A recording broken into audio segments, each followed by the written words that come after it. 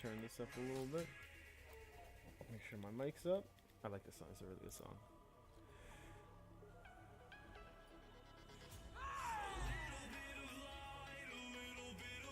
Okay.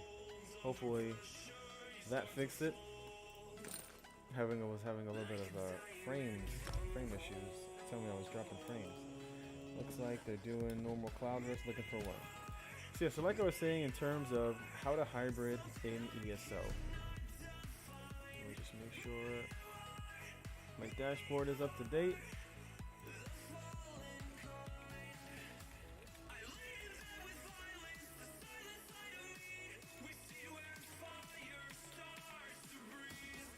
Okay. CE.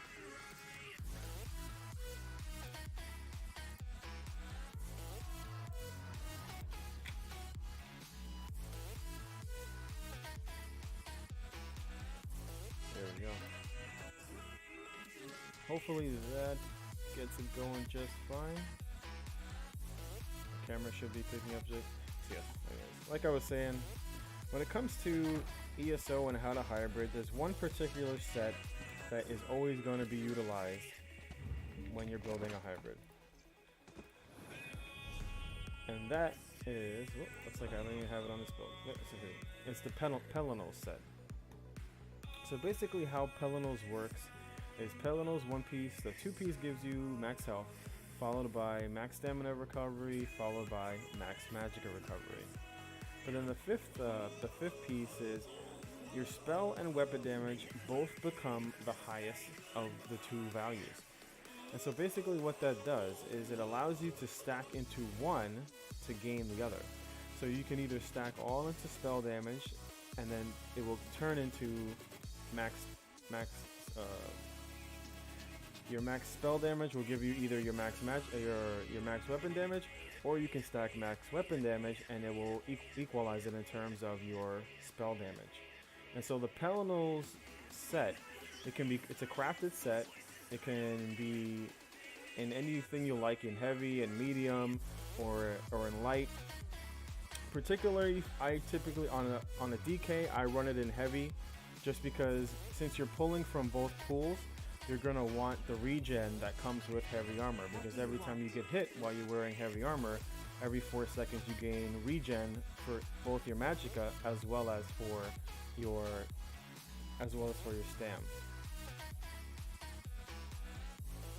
And so that works out pretty well for this particular build, because DK has multiple ways for basically regenning both their stats, both their magicka, their health, as well as their stamina. One second, let me just lower this a little bit.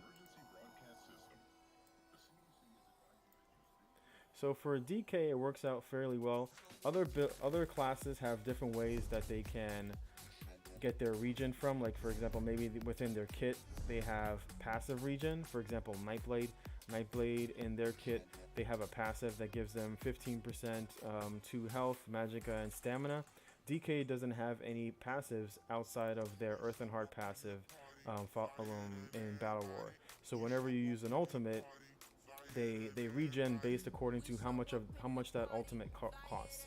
And so for a hybrid, the only real way that you're gonna gain your resources back is through heavy armor, and as well as through your kit from Battle Roar. And so that allows us to use both our physical skills, for example, Stampede. It allows us to use things like forward momentum for the reduction to snares, removing roots, as well as giving us a little heal over time. It gives us a gap closer outside of the magical one that we have, because the magical one that we use that is given to DKs isn't all that great. It also helps us with sustain, because instead of using all of our magicka to do damage, now we can pull from our stamina. And so that basically gives us the ability to gap close with our stamina. We can roll dodge more with our stamina. As you can see, I've got a pretty high stamina pool. I actually switched my armor off to my hybrid Sork. But in no CP, which is what I typically focus on, I'm sitting at 24k 24k HP. This is of course in no CP battlegrounds, as most of the builds that I play are for PvP. I enjoy PvP battlegrounds, and I love playing on my DK hybrid. Once I switched to hybrid, I could never go back to playing a traditional Magicka DK with a sword and shield. It just works out much better. It feels like a Stam DK. If you've ever played Stam DK, I know a lot of people are like, give Stam DK a Stam whip. Going hybrid, you get your you'll get your Stam whip. No CP. I'm looking at like an 8.5k whip tooltip, because my between that and a light attack, I have I think it's just about 4k weapon and spell damage. So what's important to keep in mind when you're building a class is you're always going to be using the Pelenos set. The Pelenos set is key in terms of, I think I will have my chess piece. Yeah, my chess piece is on my hybrid sword. So you're always going to utilize the 5-piece of Pelenos, which basically leaves you with another 5-piece for either your regen or to get your damage from, as well as a monster helm setup. Typically I use 1 piece of Dama House and 1 piece of Kina, as it gives me both sustain as well as the damage that I'm looking for. 1 piece Kina will give you damage. It gives you 129 weapon damage. That correlates to also 129 spell damage, as both of those, as whichever is the highest, will then convert over to the lower stat. And basically what that means is if my spell damage is above my weapon damage, normally now my weapon and spell damage are equal. The reason that works out really well with DK is because DK has both the major and the minor buff built in through Fragmented Shield, which is in their passive, which is whenever you use any of the skills that are in the Earth and Heart tree, you get the minor buff there that says you gain minor brutality for 20 seconds, and it increases your weapon damage by 5%. So basically that increase in 5% in weapon damage correlates to a 5% increase now in our spell damage. Next patch, that 5% is going to be changed to 10%.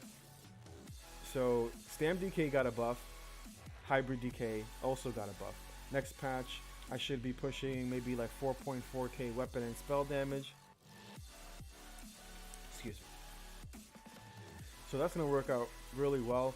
I know a lot of DKs, because of the change to evasion, are going to be looking at a buff, a nerf, because most of their abilities, like for example engulfing, leap,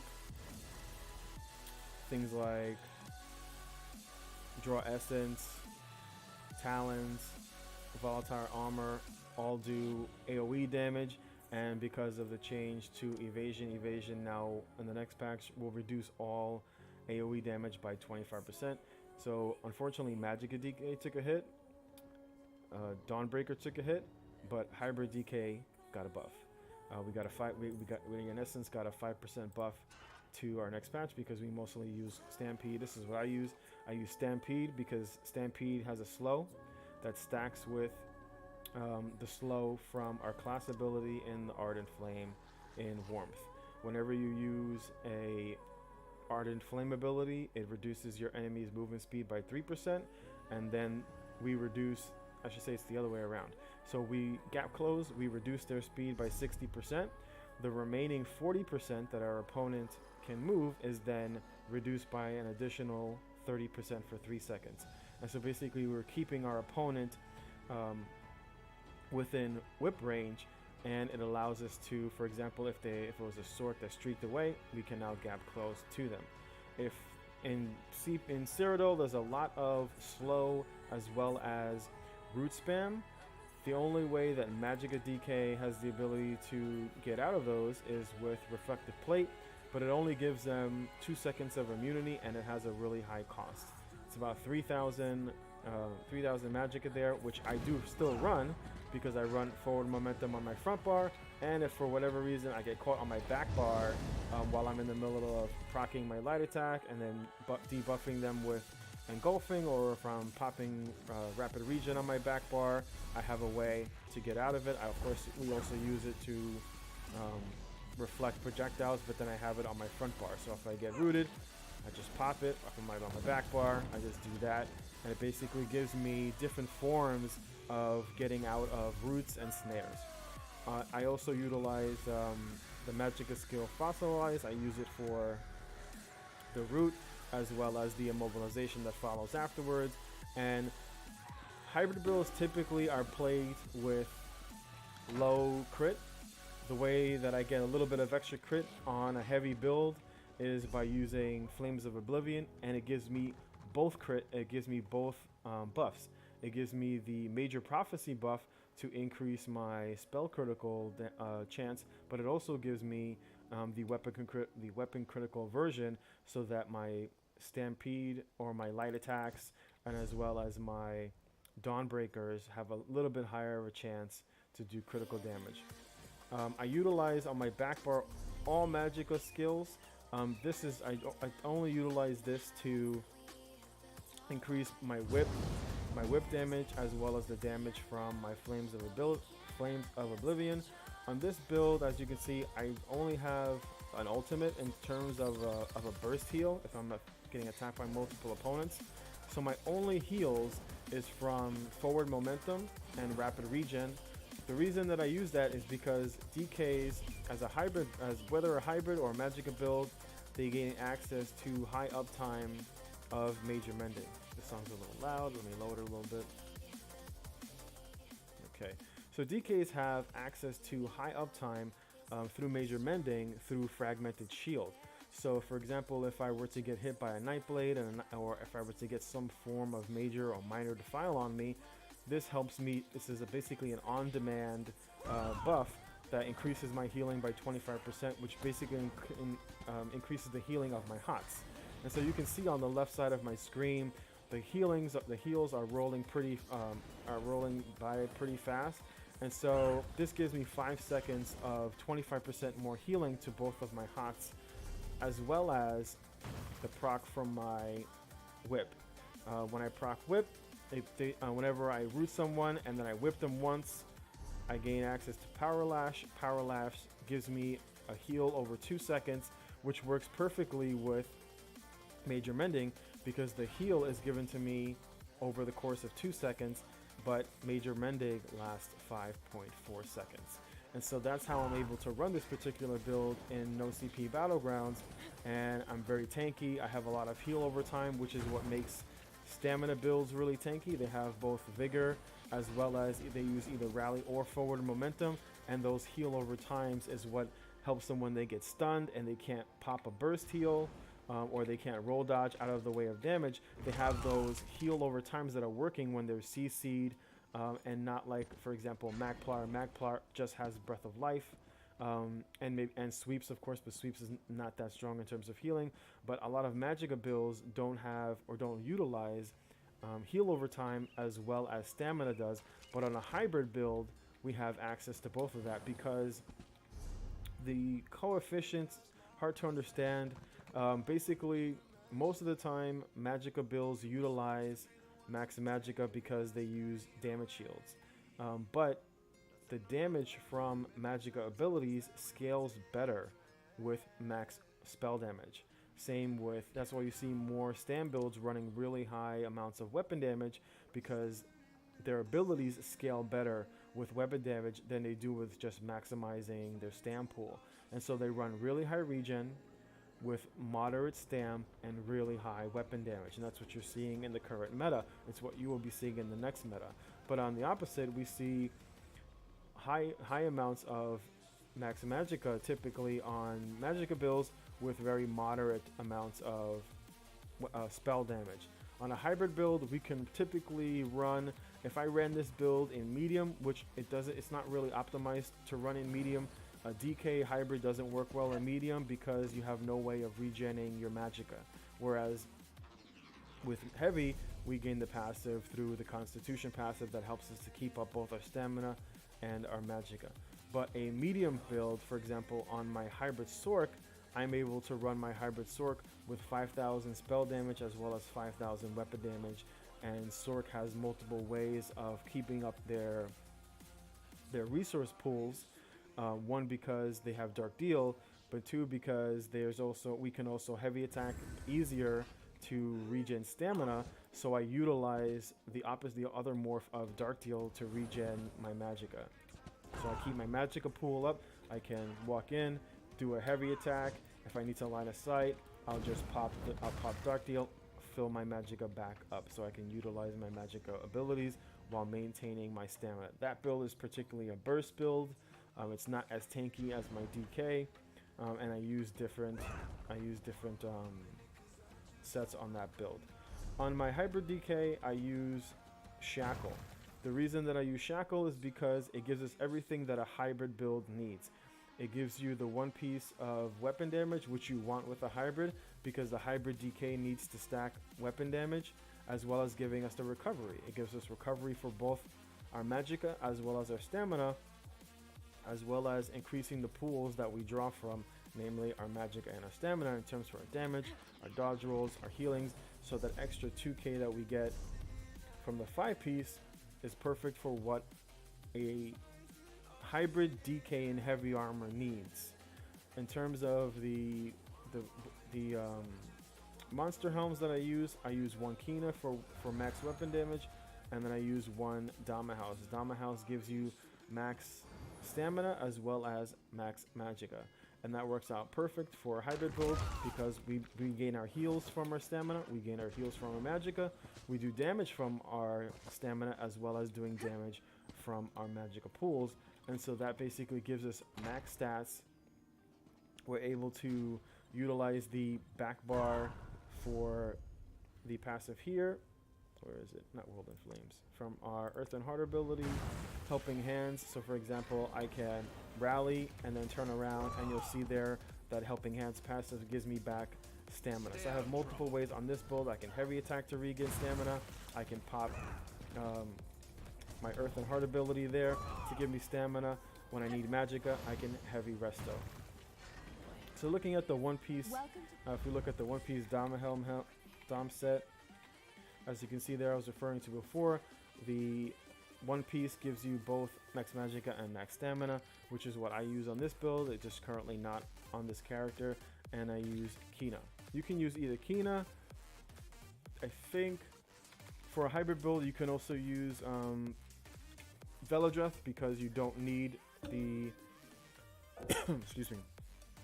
You don't need the spell damage, you just need the weapon damage on a hybrid DK, because the weapon damage will turn into spell damage for your character.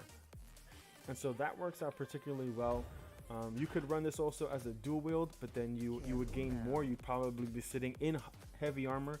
You'd probably be sitting around 4.5k weapon and spell damage, but then you would have to utilize the gap closer from Fiery Grip.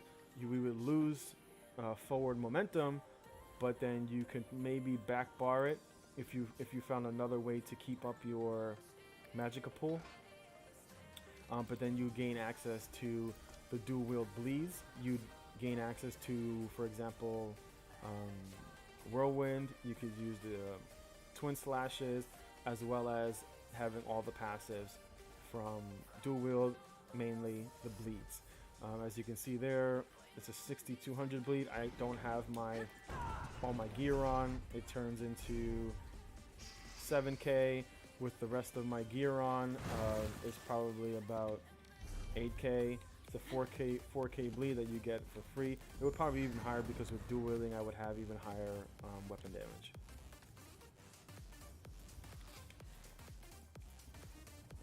So when it comes to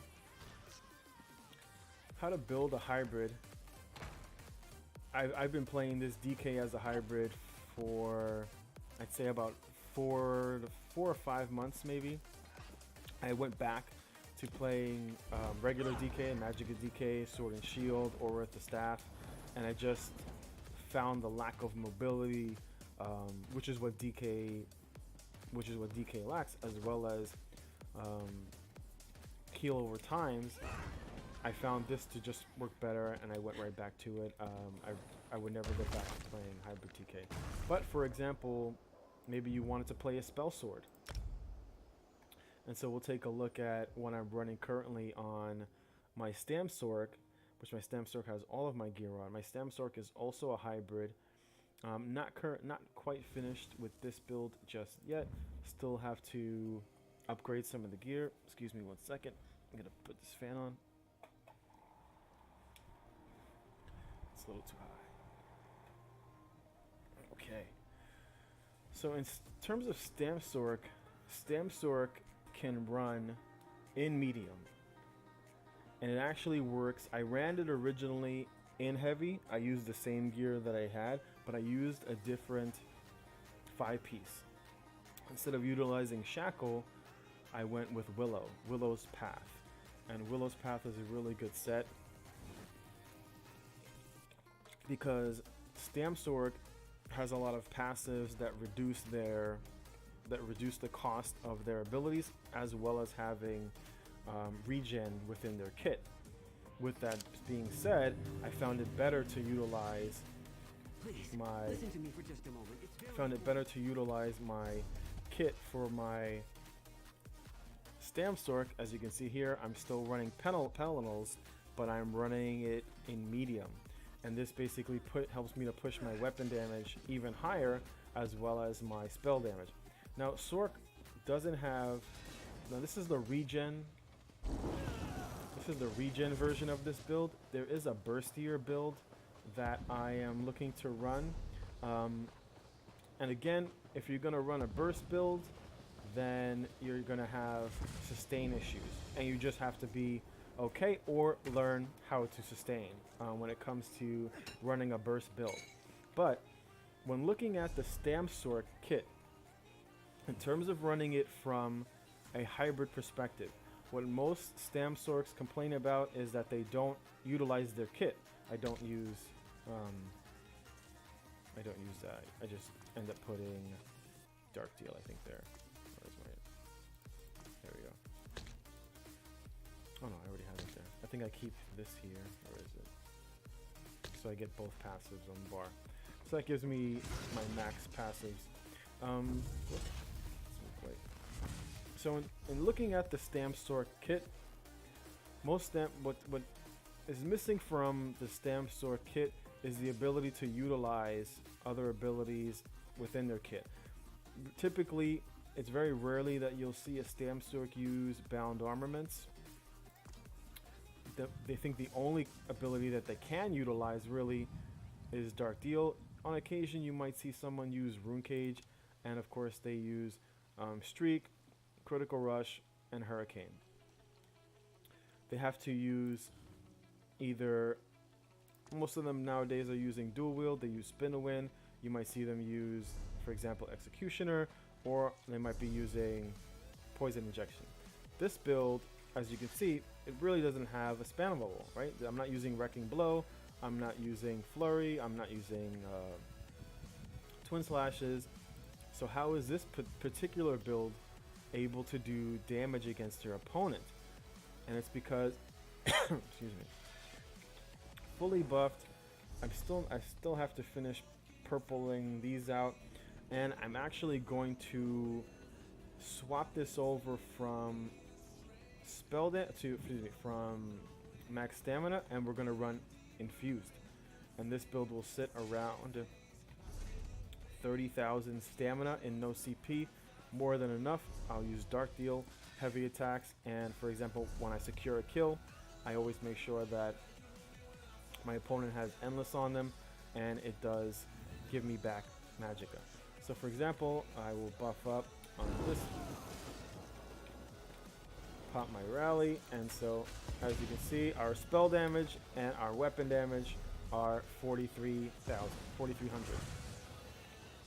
So particularly what I would do when fighting an opponent is put all of my abilities down. I put my Curse, my Poison Injection, I will Gap Close, it all goes off at the same time. Of course, I also put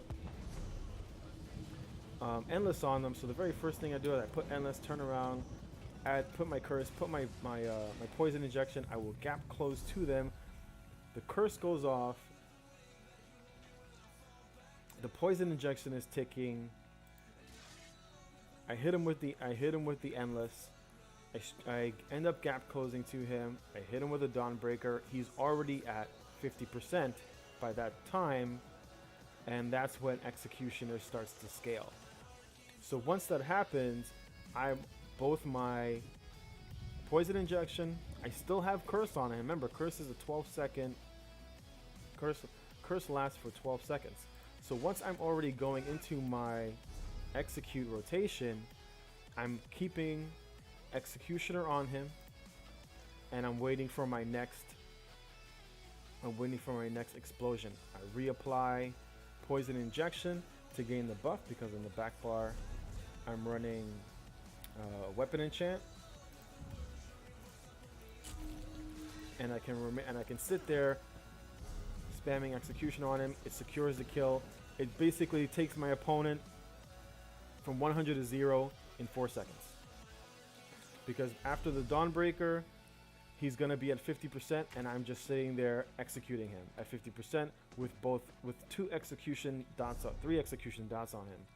I have my poison injection wound, which will increase in damage now that he's at 50%, because poison injection scales once your opponent reaches 50%, as well as, for example, Executioner, and then once he hits 20%, well, then that's when endless goes off, and it just explodes. It's glorious. It works out very well. I've secured maybe 32 kills in one of my last streams. I went 32 and 4 on this particular build. It works really well. I enjoy it. It plays entirely different. It plays entirely different than the DK, because the DK is super tanky. This build can't sit in a fight, because we're running medium armor. We're not really high in terms of our resist, and it's so much faster. With this, I also run Engine Guardian on this build, because I don't have a way. I think I haven't switched. I was switching back and forth with the morphs with Dark Deal. So for this one, I am using it for the stamina. I was fiddling around with it for both ways, because we need to keep up our curse. We need to keep up for streaking, as well as for dropping our execute. Works really well in BGs. I played about 4 or 5 BGs on my last game, and it worked out fantastic. I love it. So what makes Hybrid Sork different than Hybrid DK? So when you're looking at the passives, they gain reduction to both stamina and magicka skills. So they gain 5% reduced cost to both skills, to both types of skills. They're blood magic, which you can choose to utilize if you ran, for example, frags. So you could run frags instead of poison injection on the back bar. And so what you would do is you would cast your Haunting Curse. If your Haunting Curse procced your frags, then you would let out your frags. The difference between running the frag morph versus running poison injection is that the frag, of course, is not reliable. So for example, if I were to put it on my bar, we'll come in here, we'll try to find something to kill. And so it won't always proc. Now and there it goes. See, I did get a proc. I could come in. Well, if it streaked, for some reason the mob bugged out. And you can see that's basically what happens in PvP. You can try it if you like running Wrecking Blow. You can use it with Wrecking Blow. I've used it with Wrecking Blow. You basically Wrecking Blow the person into the air. It looks fucking hilarious. Where you Wrecking Blow them in the air. And it's because one of the reasons that I didn't like running Executioners, because you can dodge roll it, where you cannot dodge Endless. You can dodge the initial damage, the 2,000 damage that's up front, but you cannot dodge the Execute. So I would sit there, heavy attack, and Wrecking Blow, and then as they're flying in the air, I drop an Endless on them. So you can see there, sometimes it will proc, And that's the difference is that you won't.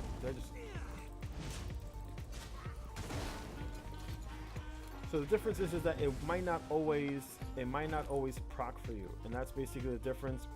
It's a chance for a burst, right? Because obviously, when you're looking at when you're looking at poison injection does a little bit of damage up front, and then of course fully buffed it does like 11 or 12k over the duration of 10 seconds. It scales when the person hits 50%. But frags is different, that it does all of that damage, but it does it as burst. It does it up front. So fully buffed, because you got to keep in mind, let's get our proc. So fully buffed, when we let frags out, it's sitting 10k, 9k. Oh, I didn't buff. You see, it's not reliable. That's why I don't use it, and I'm not gonna. You don't want to cast frags. You don't want to hard cast a frag. You'll get killed. So that's why I particularly don't use it. It's RNG damage. I'd rather have reliable damage, so I stick with poison injection. But like I was saying before, in terms of what Stamsork brings differently to hybrid build is related to how their kit works. So they do gain a little bit of. It's after blocking attack, your next magic costs. Oh, did they change this? This is new. I never knew this. After blocking an attack, your next magicka or stamina ability costs 15% less. I didn't realize. I wonder when they changed that passive. That must have been when they changed how this works, because it gives block reduction. So you do gain a little bit more spell critical, which is okay. It helps our curses do a little bit more critical damage. We do have access to either morph of Dark Deal. You can use Rune Cage. We do have a higher magical pool than most. We do get to utilize Curse, which means that you don't have to rely. You still get the passive, right? Because in their power, they gain Power Stone, which reduces their ultimate by 15%, which both magic and stamina utilize. But most of the time, only magicka utilizes the Daedric protection. The reason being is because there really isn't anything that Stamsork uses unless they use bound armaments, but typically most Stamsorks don't want to double bar bound armament. So what that actually allows me to do is I can have bound armament just on one bar. For example, I could just use it like that. And now I gain the passive from Daedric protection, which is increased health regeneration by 20%, as well as stamina recovery by 20%. So now I have that passive on both of my bars, so I don't lose it when I bar swap. And of course that allows me to have max stamina on both of my bars. I lose a little bit on that bar, right? Because I have Curse, and Curse is one of those Daedric summoning abilities, so that basically gives it to me on both bars. You can choose to run it that way. If you prefer to run Endless on your front bar, it's up to how you want to play. I want to have the regen on both bars, and so it works out just fine. Expert Summoner, we're not using any summons because summons are based off of your max magicka pool, so that's one part of the kit that is not utilized by either Stam or hybrid Stamsork. But of course, you could run Atro, but not really worth running Atro, as this is a burst build. It's not a sustained build, and that's what Atro is for. Atro is for sustained damage. Basically, this build is meant for execute burst damage. In terms of our Stormcalling, no matter what, whether you're stamina, whether you're magicka or hybrid, you take all of your passives. Because we gain increased recovery by 10%, we gain increased physical as well as shock damage by 5%, as well as the implosion passive. And as you can see, our implosion passive is pretty close to each other. So whether we're doing physical damage or if we're dropping a Curse or an Endless, we'll still be able to proc the implosion. Gives us actually multiple ways because we're utilizing shock damage as well as utilizing physical damage, so it gives us a higher chance to proc implosion. In terms of Expert Mage, we gain increased weapon and spell damage by 2%. So that works out perfect for us. For every Storm Calling ability you have on your bar, you gain 2% more weapon damage, which correlates to also 2% more. Excuse me. Which also correlates to 2% more physical damage. I'm getting all these alerts now. Everybody's coming online now. So in particular, for a hybrid build, most hybrid builds utilize Flawless over Smiting, because the other morph gives you an increase in your weapon damage by 5%. Stam Sork in particular, this build doesn't need the other morph, and when we gain 5% more weapon damage, we gain also 5% more spell damage.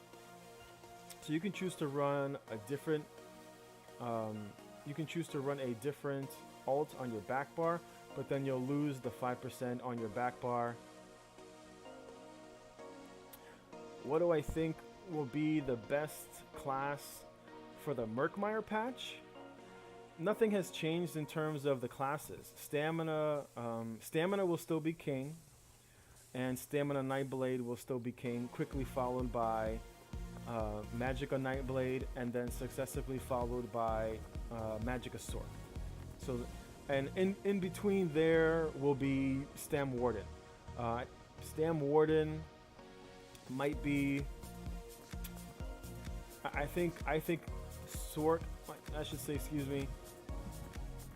The reason that Stam Warden is better than most Magicka builds, because most Magicka builds run a Destro, and Stam Warden shuts down most projectiles, kind of like Magicka DK, but Stam Warden has better burst than Magicka DK. So Stam Warden is like, depending upon how you build, slightly above Magicka Sork, but no matter which you choose, whether you play Magic or Stamina Nightblade, Nightblade will still be king, because Nightblade didn't get nerfed. Most of the things that are happening for next patch are gonna buff the way Nightblade plays,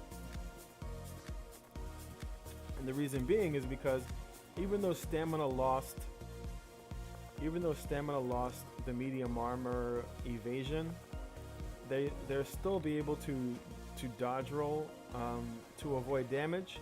They made a slight change to how dodge roll works, but Stamblade still has Cloak, and Cloak will be king, because Nightblade have Blur. Blur gives them access to the new version.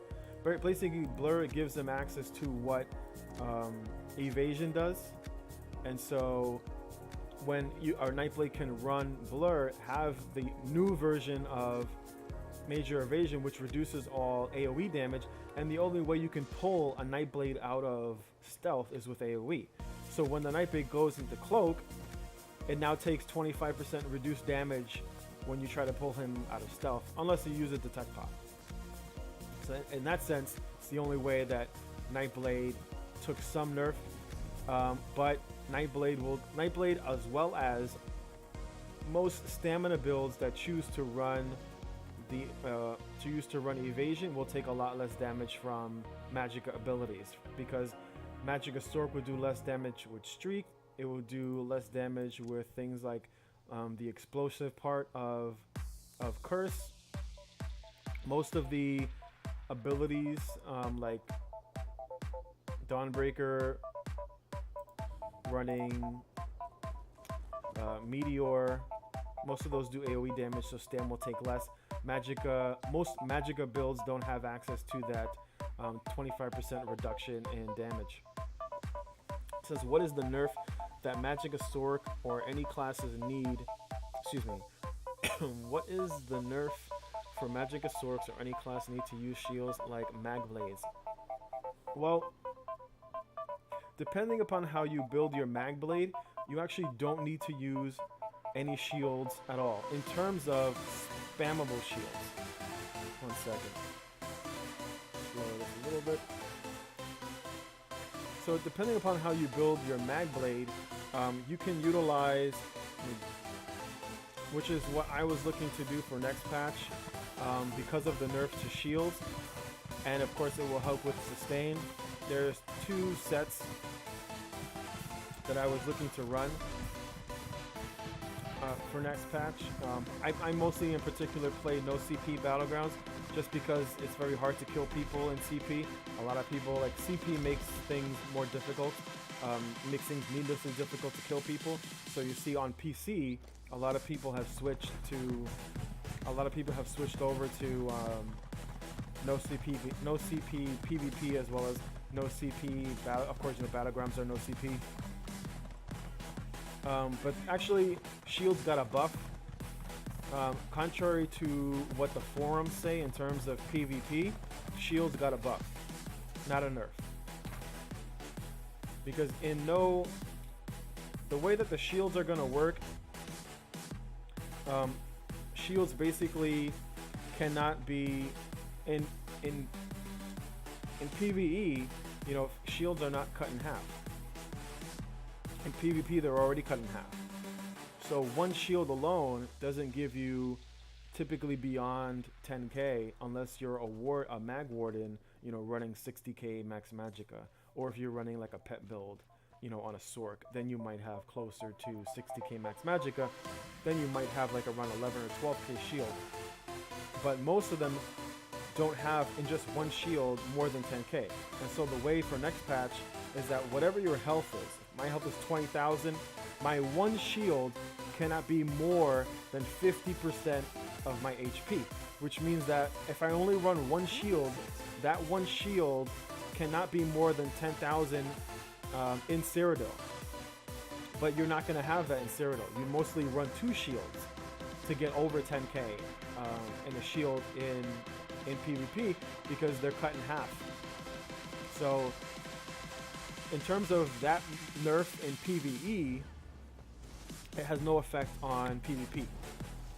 What sets would I use on a Magblade? I'll show you, and I'll tell you the theory behind it. So now this is what I'm looking to test. I think it will work out well. In no CP, one set that works really well for a Magblade, because a Magblade you can build to have between like 37 and 43% critical. And so I would run, for example, where is it? I would run Ice Heart, right? Because it gives us extra critical. Excuse me.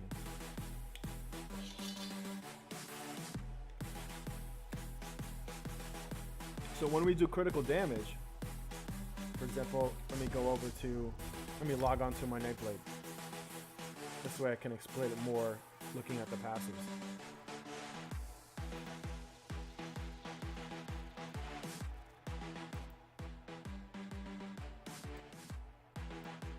So I was actually when I was at work last night, I was theory crafting this in my head. Of course, the way things work, theory crafting, you have to play the build. But the way that Nightblade works, I think it would work out just fine. It would also give us more time where we're not on the defensive, because when you stop to cast a damage shield, it then puts you on the defensive, whereas, wonderful. I hate when I get booted. So one of the sets that I was looking to run is the prayer set. So Ice Heart basically procs a damage shield every 6 seconds. It lasts for 6 seconds. The cooldown is 6 seconds, and it procs when you do a critical hit. Nightblade has access to a few dots, and so we can put dots on our opponent. We're going to be sitting around 40% critical, so it will proc often. I use that set on my Mag Warden, and it works fantastic because it procs very often. It's a free damage shield in CP, in no CP Battlegrounds, and it doesn't cost you anything. As you're doing damage, it's procking a damage shield. Next patch, your damage shields will take into account both your impen as well as your resistance, so it will be reducing damage. So the 50% nerf in terms of not being able to proc a damage shield greater than your health has no effect on PvP. In terms of the what I would be running, like I said, I would be running Ice Heart. I would be running 2-piece Ice Heart. Gives us access to the 1 piece, gives us more critical chance. The second piece is when you deal critical damage, you have a 20% chance to gain a damage shield. In PvP, that's a 4300 damage shield. It lasts 6 seconds. The cooldown is 6 seconds. Every 1 second, it puts out frost damage, which is, as a side note, it's just basically the damage is consequential, but frost damage has a chance to proc minor main, as well as proccing chilled. When your opponent is chilled, it procs minor maim. They do 15% less damage. The other thing that I would run was prayer. Actually, I might not even have it, so let me do this. Let's see if you should be able to see it here. So the way the prayer set works.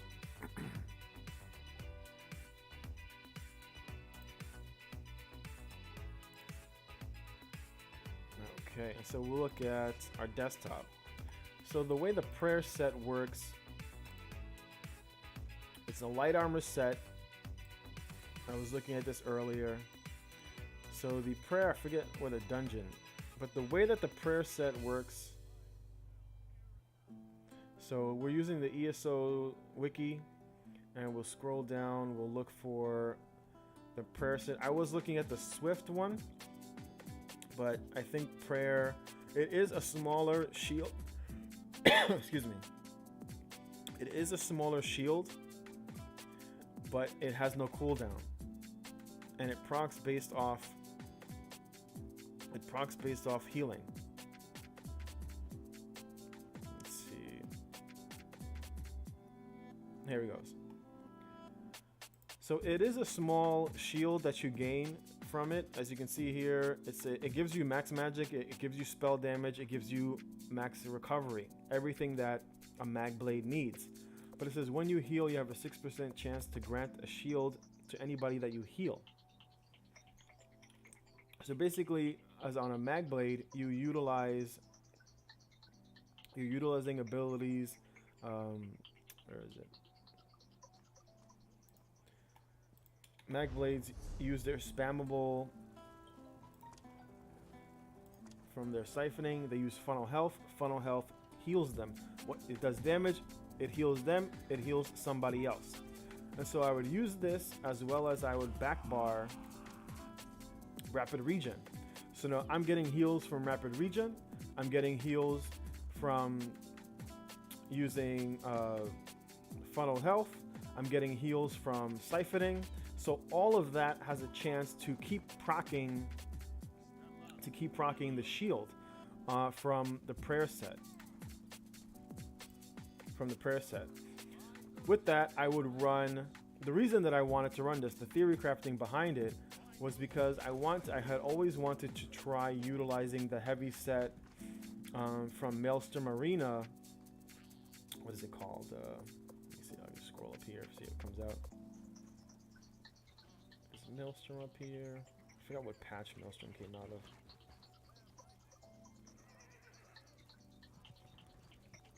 But we'll look for it. It's a heavy armor set that is, when you have a damage shield, it basically gives you like 800 and something health regen. And so basically what you would basically keep refreshing the shield between, where is it? I forgot the name of the set. It's like a set. I don't think anybody's ever used it. Maybe they utilized it on here, Permafrost. That's what it is. So Permafrost gives you max HP, gives you max Magicka, gives you recovery. So this particular build would sit with high recovery. It'd be in heavy armor. It'd have 25,000 HP and no CP, 32,000 max Magicka and no CP, and 14,000 stamina and no CP, worth roughly 3,200 max Magicka damage, as well as about 1,500 or so recovery. And so basically, while you have a damage shield up, you gain the health recovery.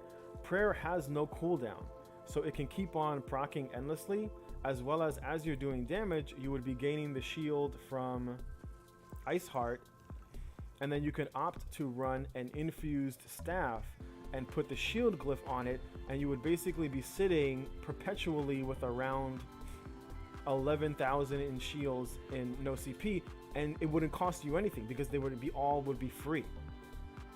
And so that's what I was looking to try out, probably sometime next week when I get a minute, or maybe over the weekend.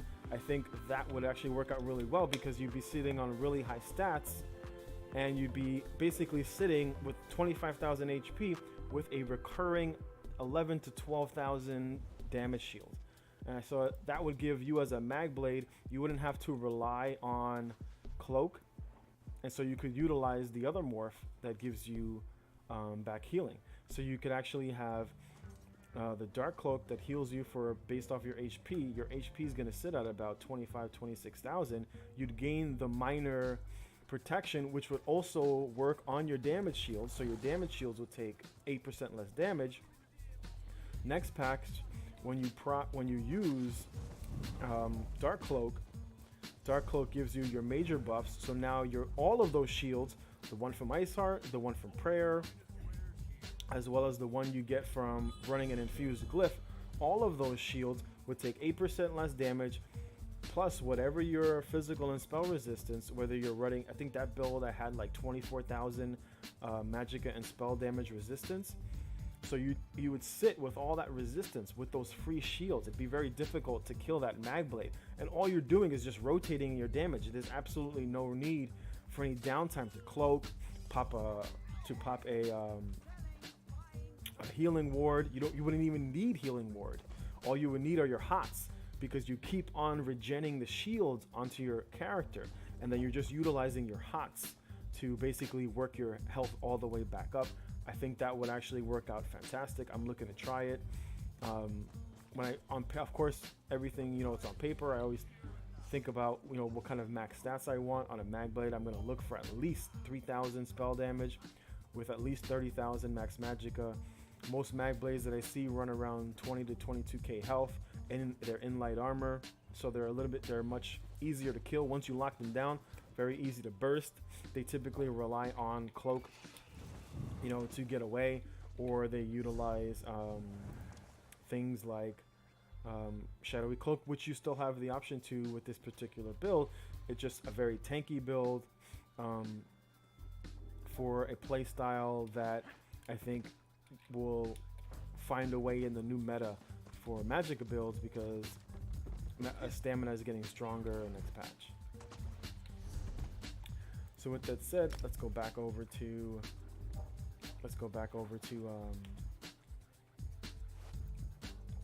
what I was discussing before with the hybrid stamp sword.